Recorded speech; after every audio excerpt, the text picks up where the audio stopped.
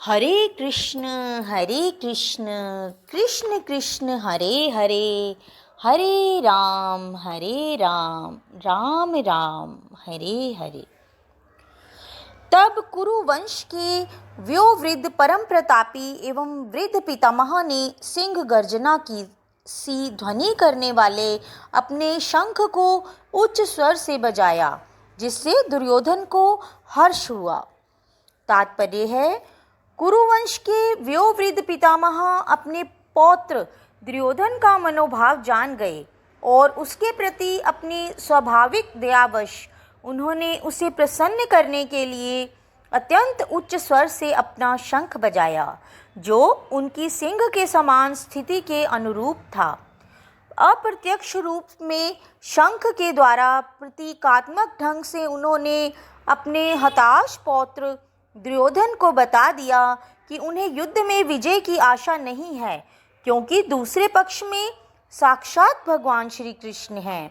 फिर भी दुर्योधन का मार्गदर्शन करना उनका कर्तव्य था और इस संबंध में वे कोई कसर नहीं रखेंगे।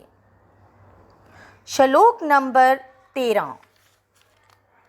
तत्पश्चात शंख, नगाड़े, बिगुल, तुरही तथा सींग सहसा एक साथ बज उठे।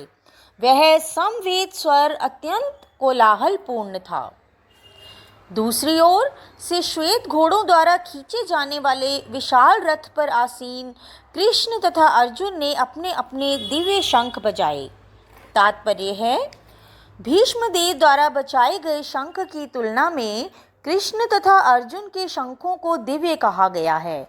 दिव्य शंखों के नाद से यह सूचित हो रहा था कि दूसरे पक्ष को विजय की कोई आशा न थी, क्योंकि कृष्ण पांडवों के पक्ष में थे। जयस्तु पांडुपुत्राणाम ये शाम पक्षे जनार्दनः। जय सदा पांडु के पुत्र जैसों की होती है, क्योंकि भगवान कृष्ण उनके साथ हैं और जहाँ जहाँ भगवान विद्यमान हैं वहीं वहीं लक्ष्मी भी रहती हैं, क्योंकि वे अपने पति के बिना नहीं रह सकती। अतः जैसा कि विष्णु या भगवान कृष्ण के शंख द्वारा उत्पन्न दिव्य ध्वनि से सूचित हो रहा था, विजय तथा श्री दोनों ही अर्जुन की प्रतीक्षा कर रही थीं। इसके अतिरिक्त जिस रथ में दोनों मित्र आसीन थे वह अर्जुन को अग्नि देवता द्वारा प्रदत्त था और इससे सूचित हो रहा था कि तीनों लोकों में जहाँ कहीं भी यह जाएगा वहाँ विजय निश्चित है। भगवान कृष्ण ने अपना पांचजन्य शंख बजाया। अर्जुन ने देवदत्त शंख तथा अति भोजी एवं अति मानवीय कार्य करने वाले भीम ने पौंड्र नामक भयानक शंख बजाया। तात्पर्य है, इस श्लोक में भगवान कृष्ण को ऋषिकेश कहा गया है, क्योंकि वे ही समस्त इंद्रियों के स्वामी हैं। सारे जीव उनके भिन्नांश हैं, अतः जीवों की इंद्रियां भी उनकी इंद्रियों के अंश हैं। चूँकि निर्विशेषवादी जीवों की इंद्रियों का कारण बताने में असमर्थ हैं, इसीलिए वे जीवों को इंद्रिय रहित या निर्विशेष कहने के लिए उत्सुक रहते हैं। भगवान समस्त जीवों के हृदयों में स्थित होकर उनकी इंद्रियों का निर्देशन करते हैं, किंतु वे इस तरह निर्देशित करते हैं कि जीव उनकी शरण ग्रहण कर लें, और विशुद्ध भक्त की इंद्रियों का तो वे प्रत्यक्ष निर्देशन करते हैं। यहाँ कुरुक्षेत्र की युद्ध भूमि में भगवान कृष्ण अर्जुन की दिव्य इंद्रियों का निर्देशन करते हैं, इसीलिए उनको ऋषिकेश कहा गया है। भगवान के विविध कार्यों के अनुसार उनके भिन्न भिन्न नाम हैं।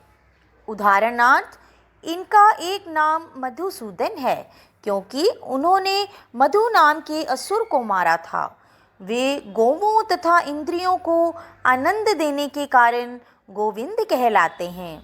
वसुदेव के पुत्र होने के कारण इनका नाम वसुदेव है। देवकी को माता रूप में स्वीकार करने के कारण इनका नाम देवकी नंदन है। वृंदावन में यशोदा के साथ बाल लीलाएं करने के कारण ये यशोदा नंदन है। अपने मित्र अर्जुन का सारथी बनने के कारण पार्थ सारथी हैं। इसी प्रकार इनका एक नाम ऋषिकेश है, क्योंकि उन्होंने कुरुक्षेत्र के युद्ध स्थल में अर्जुन का निर्देशन किया। इस श्लोक में अर्जुन को धनंजय कहा गया है, क्योंकि जब इनके बड़े भाई को विभिन्न यज्ञ संपन्न करने के लिए धन की आवश्यकता हुई थी, तो उसे प्राप्त करने में इन्होंने सहायता की थी। इसी प्रकार भीम वृकोदर कहलाते हैं, क्योंकि जैसे वह अधिक खाते हैं उसी प्रकार वे अति मानवीय कार्य करने वाले हैं, जैसे हिडिंबासुर का वध। अतः पांडवों के पक्ष में श्री कृष्ण इत्यादि विभिन्न व्यक्तियों द्वारा विशेष प्रकार के शंखों का बजाया जाना युद्ध करने वाले सैनिकों के लिए अत्यंत प्रेरणादायक था। विपक्ष में ऐसा कुछ भी न था, न तो परम निदेशक भगवान कृष्ण थे, न ही भाग्य की देवी श्री थी। अतः युद्ध में उनकी पराजय पूर्व निश्चित थी। शंखों की ध्वनि मानो यही संदेश दे रही थी। हरे कृष्ण कृष्ण कृष्ण हरे हरे, हरे राम राम राम हरे हरे।